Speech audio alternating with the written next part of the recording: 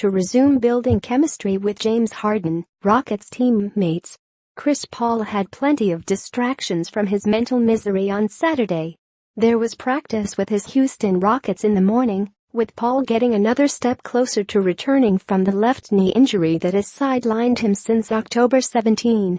There was a charity event that followed, a feel-good affair in which the focus was rebuilding two middle schools that were damaged in Hurricane Harvey.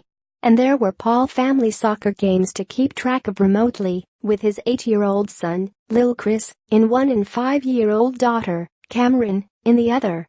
If only for a day. In other words, the 32-year-old who shocked the NBA world by leaving Los Angeles and heading for Houston last summer had a mental break from what has been a brutal start to his Rockets tenure.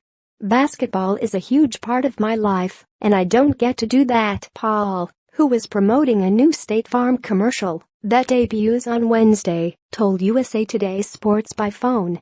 "We've actually been on the road a lot, so it's actually good to be home for a while. Just try to stay busy, and my wife tries to keep me sane." For competitors like Paul, who has long been compared to Kobe Bryant when it comes to the intensity of his hoops personality, the only thing more maddening than losing is not being able to play at all. But this absence is about more than that, as Paul and the Rockets were beginning a crucial stretch together when they had to push the pause button on this fascinating point guard project. This was supposed to be the early days of Paul playing alongside fellow co-star James Harden, with reigning Coach of the Year Mike D'Antoni trying to work his magic while they all learned how to coexist and coalesce. Instead, with Paul banging his knee in a preseason game on October 11 and learning the hard way in the regular season opener 6 days later that he still wasn't right, they'll have to settle for a secondary fast break of sorts. "It's going to set us back, no doubt about it," D'Antoni, whose team entered Sunday's game against Utah with a 7-3 record, told USA Today Sports by phone. "There's going to be a learning curve. As Paul and D'Antoni see it, the 9-time All-Star will likely return at some point in the next 2 weeks. He has made key progress in the past week, having gone from the boxing and water treadmill routine that helps maintain his wind to the kinds of on-court activities that typically precede a return." He's probably right," Paul said about D'Antoni's recent proclamation that he was approximately 2 weeks away.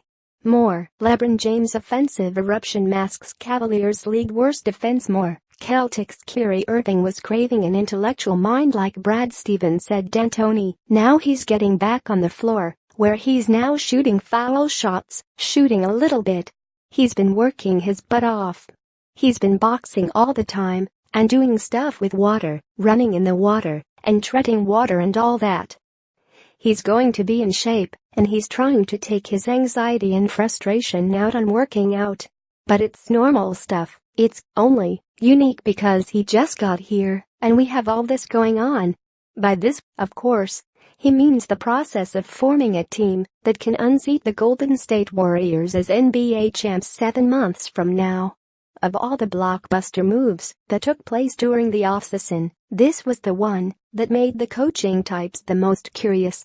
In Harden, the Rockets had an MVP-caliber player who shifted to the point guard position at the behest of D'Antoni last season and unleashed the best version of himself. In Paul, who forced a trade in late June by making it clear to the Clippers that he would opt out and sign with Houston in free agency if they didn't comply, they acquired a 9-time All-Star who always took pride in pulling those point guard strings. There was an X factor in this unexpected pairing, though, as both players were desperate for change. Harden learned during those second-round playoff struggles against San Antonio that his workload was simply too heavy. Paul, whose Clippers lost All-Star forward Blake Griffin yet again midway through their 7-game, first-round playoff loss to Utah, reached the same conclusion when his season came to an end. Doing less, they were both convinced, could mean a whole lot more. But even with the Rockets' fast start without Paul, and with Harden averaging 26.8 points, 9.4 rebounds and 4.6 assists entering Sunday, none of it advances their mission of making it work with these two at the top. From D'Antoni on down, they've done the next best thing to doing it. They've talked about it. D'Antoni said Paul has been vocal all along the way.